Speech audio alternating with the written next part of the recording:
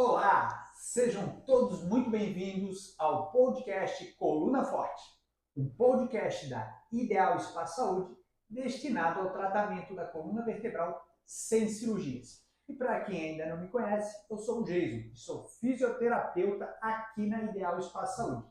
Eu sou Luiz Jorge, fisioterapeuta aqui na Ideal Espaço Saúde.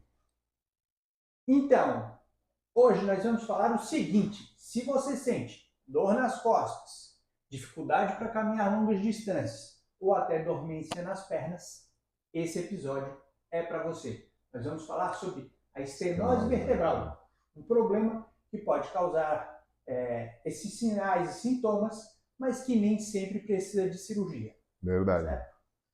Então, Luiz, o que é a estenose do canal vertebral?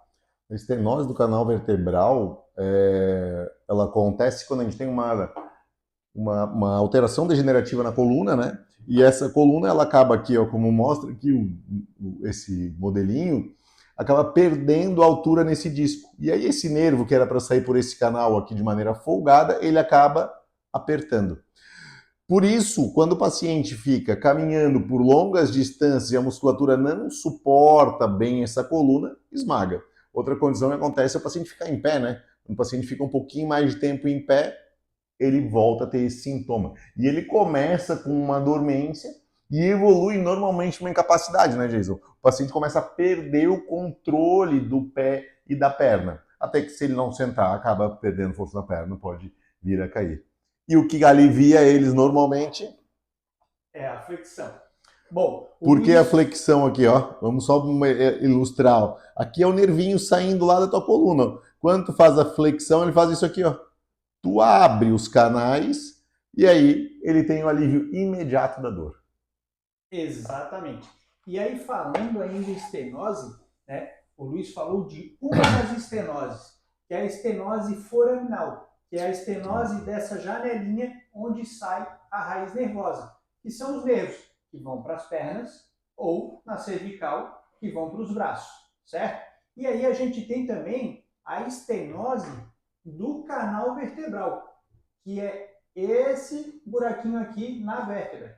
E essa estenose ela pode ser causada ou porque esses bracinhos são muito curtos, ela é uma estenose congênita, né? O paciente já nasce com esses bracinhos, que são os pedículos mais curtos.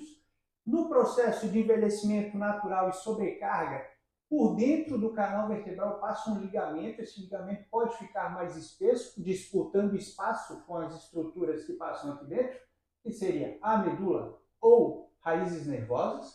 A gente pode também ter as hérnias discais, que daí invadem esse espaço e também disputam lugar com medula e nervo. Lembrando que na lombar, na região lombar, nós não temos a medula, né? Nós temos só as raízes nervosas. A medula acaba no nível de L1. E é interessante aí deixar claro, aí quando a pessoa pensa assim, peraí, mas se o ligamento vai ocupar esse espaço, por que na maior parte das vezes essa cirurgia não é necessária e muitas vezes ela não leva ao sucesso? Fala aí, Jesus, explica para eles por que o canal volta a ter espaço. Na verdade, o que acontece? Essa redução do espaço, ele é um processo natural inerente ao envelhecimento, certo? Então, quando a gente trabalha exercícios de flexão e alongamento, a gente melhora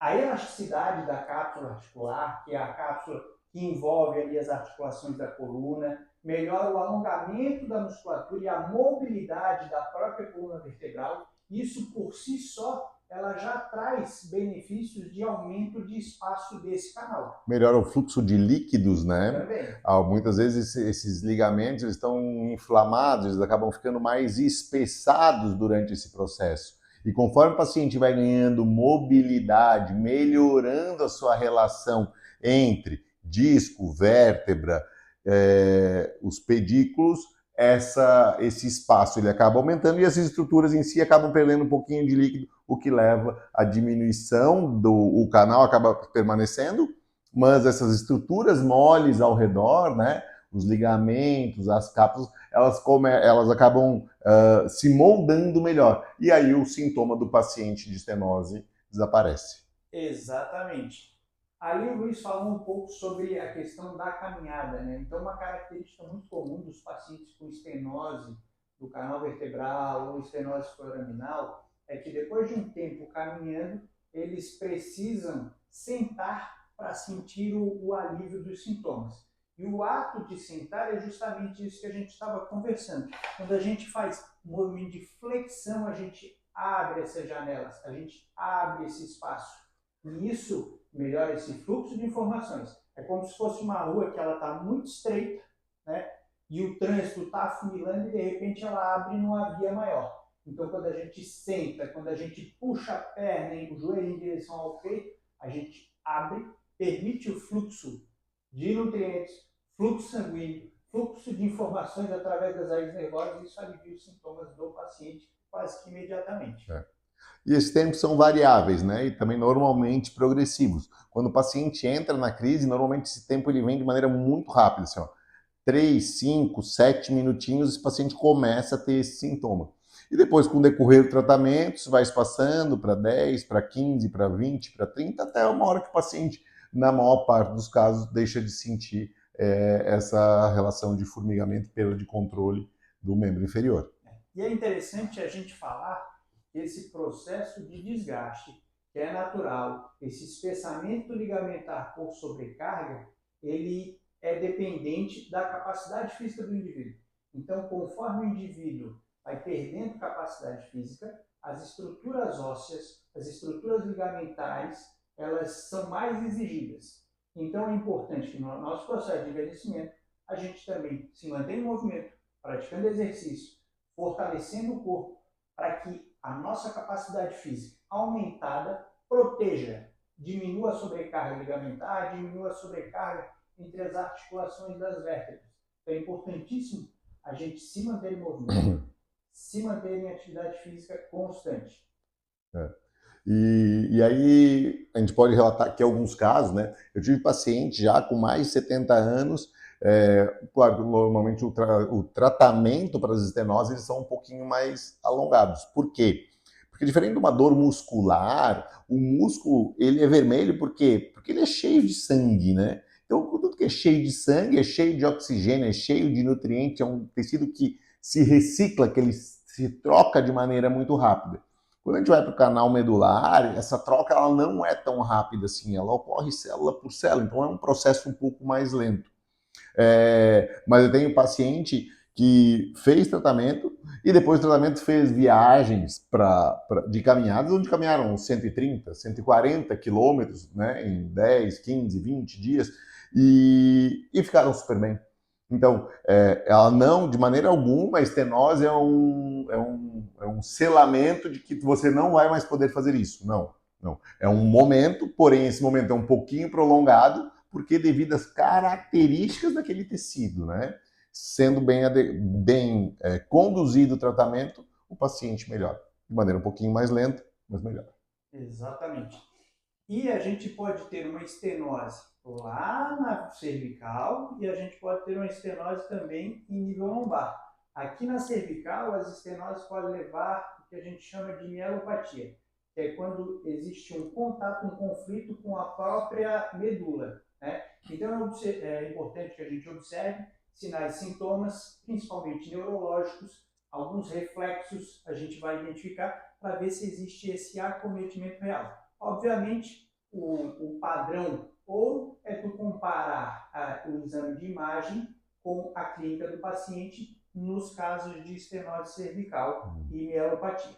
Aqui na região lombar, a estenose ela não comprime a medula, assim como a gente falou, a medula acaba em L1. Então a gente tem as raízes da caldequina. E aí a estenose ela pode fazer o que a gente fala sempre aqui na síndrome da caldequina. Então pode ocorrer uma compressão da caldequina. E aí é importante a gente levar em consideração outras situações, mas a clássica, né, que ocorre em cerca de 85% dos pacientes com síndrome da caldequina aguda é a perda do controle da bexiga. Então, a gente já falou em outros episódios, anestesia em célula, ou seja, a parte interna das coxas, assoalho pélvico, perda de controle da bexiga, tanto dificuldade de esvaziamento quanto perda urinária.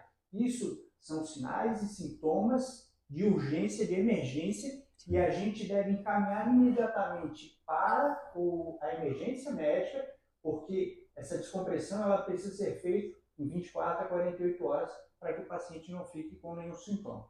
Eu estava olhando alguns estudos, para não assustar ninguém, a síndrome da Caldequine em pessoas, na população em geral, ela acontece uma para cada 100 mil habitantes. Então, ela não é algo, né, comum. E a estenose do canal vertebral também não acontece do dia para a noite. Ela é um processo que se instala ao longo da vida, certo? Certo. A gente começou o podcast hoje falando das estenoses e a caminhada, né?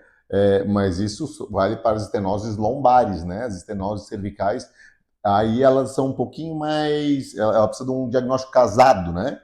Por quê? Porque ela não vai piorar com a caminhada, normalmente não vai piorar com a caminhada como piora a da lombar. A da cervical a gente vai ter aí uma pequena confusão aí com as hérnias, né? Então ela precisa de um exame um pouquinho mais específico. Exatamente.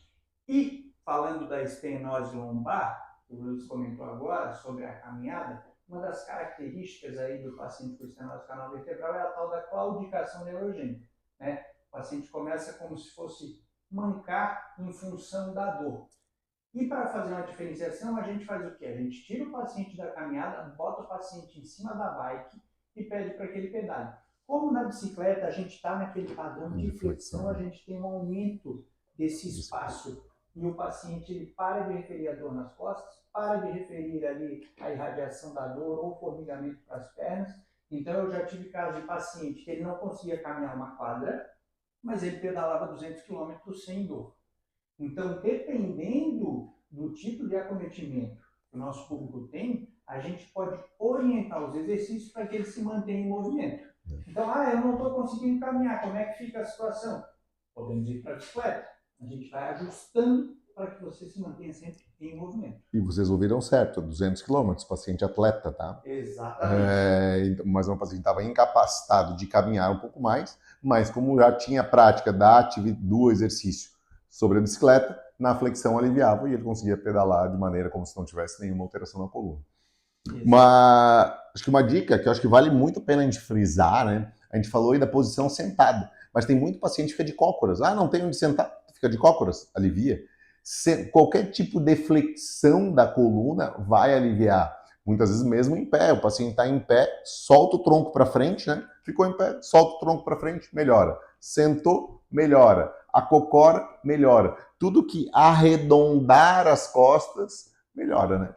Então, esse paciente ele carece desse movimento para abertura do canal, como a gente mostrou aqui, e alívio do sintoma. E o alívio do sintoma, normalmente, é total e imediato. Né? O paciente sentou, fez flexão, 30 segundinhos, levanta, parece que não tinha nada antes. Perfeito. E muito do tratamento ele consiste em estabelecer exercícios que utilizem esse padrão de flexão. Então a gente tem aquele movimento do gato arrepiado, né? Nós temos o próprio agachamento, é um movimento, é um padrão flexor, então é um movimento que ajuda.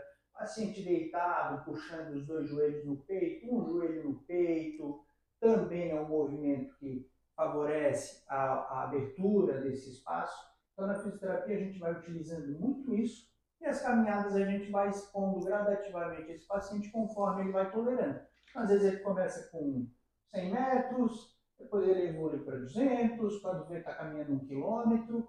Então, a gente precisa, como os sintomas, às vezes, eles em algumas situações aparecem nos últimos 30 dias, essa estenose ela não aconteceu, ela não se formou nos últimos 30 dias, ela veio se formando ao longo do tempo. Porque a gente observa que às vezes o paciente que começa com sintomas é porque ele perdeu capacidade física. Ele parou de se exercitar, ele está num trabalho onde ele fica mais tempo parado, não se movimenta, e essa perda de capacidade física é que é responsável em grande parte aí, pelo surgimento daí dos sintomas desse paciente. Algumas vezes os casos inflamatórios agudos também, né? Daí seria o paciente fazer um movimento que não estava dentro da capacidade dele e ele sente uma fisgada ou algo do gênero e aí esse sintoma não vai mais embora, né? Chegou na praia, resolveu cortar a grama lá, que já estava um mato alto, e ficou praticamente o dia todo naquela posição. Então, são as situações ali que podem ser o gatilho, né, dos sintomas, mas é importante a gente frisar que a estenose do canal vertebral, a estenose foraminal, não é o fim da linha, e também não é só com bisturi que a gente resolve. Né? Sabe, tem uma brincadeira que eu faço com os pacientes e eu sempre falo para eles, agradece a estenose. Porque ela vai fazer o quê? Ela vai fazer com que tu tenha um maior cuidado com os teus processos. Porque ela vai fazer tu voltar para a atividade física, ela vai fazer tu cuidar um pouquinho mais da alimentação, vai fazer com que tu não cometa abusos fora da tua condição física. Então, agradece, que tenho certeza que no longo prazo isso vai te fazer mais bem do que mal. Mais algum comentário acerca ou vamos para a nossa revisão? Acho que podemos ir para a revisão, né? Que eu me lembre, assim, gostaria de ter abordado, acho que era isso. Então, lembrando que a estenose ela pode causar dor nas costas, com irradiação para as pernas. Geralmente o paciente tem dificuldade de caminhar distâncias maiores ou ficar muito tempo de pé, parado. Né? Ela evolui com dor, dormência e perda de controle, aquela claudicação, o mancar, né? O paciente começa a perder o controle da ponta do pé, começa a ter que levantar um pouquinho mais o joelho. Isso é clássico da estenose.